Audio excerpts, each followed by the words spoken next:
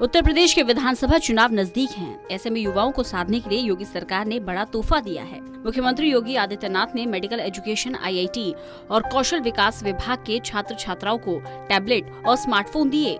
मुख्यमंत्री योगी आदित्यनाथ ने कहा कि युवा शक्ति में असीम संभावनाएं हैं। देश में सबसे ज्यादा युवा हैं और उसमें भी सबसे ज्यादा यूपी में युवा हैं। उन्होंने समाजवादी पार्टी के अध्यक्ष अखिलेश यादव पर भी तंज कसा। सीएम योगी ने कहा, जो 12 बजे सोकर उठते हैं वो युवा नहीं, वैक्सीन का विरोध करने वाले युवा नहीं, ये टायर्ड और रिटायर्ड युवा नहीं हैं।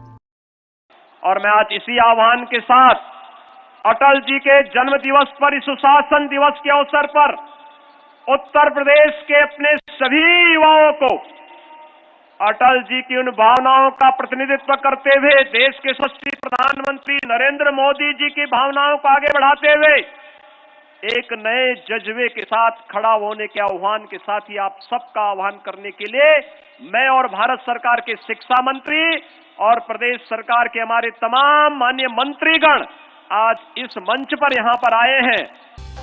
सीएम योगी ने रामकृष्ण, शंकराचार्य और विवेकानंद समेत कई महापुरुषों का जिक्र किया और कहा कि मानवता के लिए काम करने वाले ये सब लोग युवा ही थे। सीएम योगी ने कहा कि पहले उत्तर प्रदेश के युवाओं को होटल में जगह नहीं मिलती थी, प्रतियोगी परीक्षाओं में उन्हें बाहर कर दिया जाता था। आज यूपी के युवाओं की देश में धाक बड़ी है।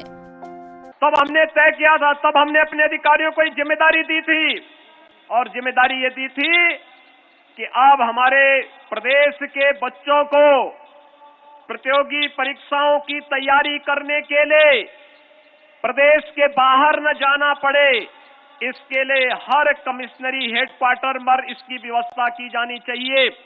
और भाइयों बहनों, आज 10,000 अभ्युदय कोचिंग की व्यवस्था जो हम लोगों ने प्रदेश के अंदर हर एक कमिश्नरी में की है, अब हम उसके हर जनपद तक ले जा रहे हैं। सीएम योगी ने कहा कि पहले एक खानदान के लोग नौकरी के नाम पर युवाओं से वसूली किया करते थे।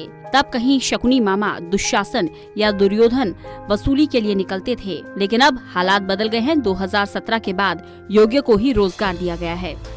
उसमें कुछ जगहों पर तो ऐसा होता था, कोई नौकरी चलती, कोई नौकरी निकली और नौकरी निकलने के बाद एक खानदान के लोग, एक वंश के लोग, चाचा भी, भतीजा भी और मामा भी, अरे सभी लोग वसूली में निकल पड़ते थे।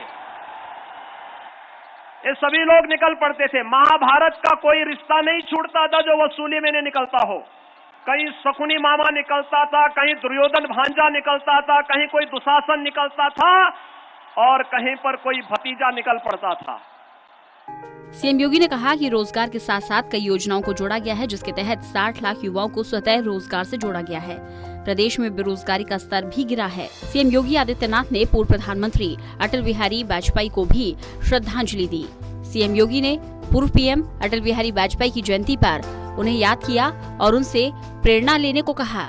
बहरहाल चुनावी मौसम है, सीएम योगी जनता को सौगातें दे रहे हैं और अपनी सरकार का रिपोर्ट कार्ड भी रख रहे हैं। देखना होगा कि जनता उन्हें कितने नंबर चुनावों में देती है।